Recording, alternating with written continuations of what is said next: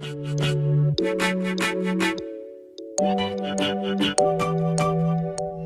it's a very chilly morning and welcome back. So this time I am now headed over to Bedford, and the reason being I'm on my way to Wellingborough to link up again with Purple. I mean, it's only fair. We've done Stuartby and Bletchley, so it's time to head over to his area and see what that's got on offer for me. But nonetheless, my stop here is at Bedford currently.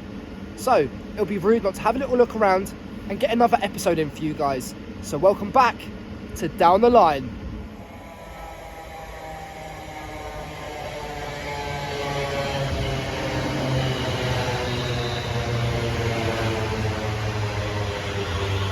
So Bedford opened on the 1st of February 1859 by the Midland Railway, and in current times it is managed by Thameslink. That's not the only service here, however. You've got East Midlands Railway, London North Western Railway, and of course Thameslink. And in terms of where you can go from here, well, you can get the Marston Vale line back to Bletchley, you can go to Corby, Kettering, down to St Pancras, even down to Gatwick Airport for your holidays. So there's a broad selection there, and you can also connect up with the Midlands as well. So there's a broad variety, like I said. So we are currently standing on the Midland main line, which, to be fair, hasn't been explored much by me so far. I think it's only really been Harlington that's really had any sort of interest from me. But nonetheless, we're at Bedford, so let's make the most of what we can, and yeah, let's catch some fast services, because it's a bit stationary on this side. Over the years, Bedford has seen a couple of name variations. In 1924, it was called Bedford Midland Road. Then in 1978, it was just Bedford Midland, before settling back with just Bedford in 1988. And I have to say, I have always been intrigued at the rationale behind station name changes. Right, so I've ventured over to platform 4. However, there are 5 platforms here, but they are numbered 1 to 4, and then there is 1A, which houses the Marston Vale line. Not only that, this is one of 2 stations in Bedford, the other being Bedford St John's, which you can catch on the Bletchley to Bedford line. And in terms of disused lines here, however, there is the Bedford to Hitchin, which ceased in 1964, which I will touch on at my Hitchin episode.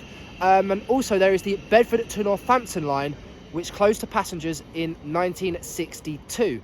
So there was a lot more of a broad variety here, but nonetheless, as I said in the previous clip, you can still get to many destinations from here, so it's still worthwhile to come here. And to be honest, it is of your typical Midland mainline design, so it's what you'd expect, especially when you got, Thameslink around. It kind of carries the same look, but nonetheless, there's still plenty to learn here, as you'll soon find out coming up. When I depart here and head on to Wellingborough, it will be the first for me to travel on the East Midlands Railway Class 360. But from having been to Bedford a few times now, it was nice to learn about this station in more detail, and also its future developments in relation to the Phase 2 plan of East West Rail, although from Bedford onwards, that is increasingly looking in doubt. So another little history lesson here. So back in World War II, when the Luftwaffe and German bombers were coming over here and destroying the place, a bomb hit the original booking hall here at Bedford railway station and caused serious damage. Now, it was beyond repair and nothing remains of that, so the current station and the booking hall was moved 100 metres north. So I found that even though, it's a serious incident that happened, obviously in such a traumatic time for people, it's an interesting fact to learn, when you're in the modern day, and actually find out, this isn't the original. So, and the reasons why as well. It's always nice to know the reason why behind stuff, and I think that's important when you're looking out for these things. But as I said, there is always more to learn here. After such a traumatic event, the cost of rebuilding the station was £1 million back in 1978, and that in today's money would equate to just under £5.5 million. Also, the remains of the old awnings were meant to be transferred to the Midland Railway at Butterley in Derbyshire, but that task proved to be impossible, and nothing remains of the old station at Bedford. So Bedford is covered by the Marston Vale Community Rail Partnership, and the aim of that is to get people obviously using the line and also to get them involved in their local line.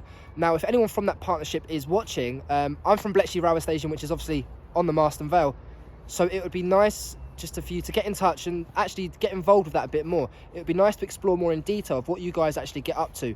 I've seen some of the upgrade work that you've done on the stations, including like, you know, putting up flowers, painting, signage, everything like that. And I think it's a great initiative and it needs to be talked about more.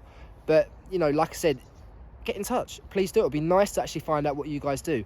And in terms of Marston Vale services, it was transferred from the old St John station in May 1984 to where it currently stands. So alterations, but all the well, it all ends well, doesn't it? So far so good, and it has been a great start.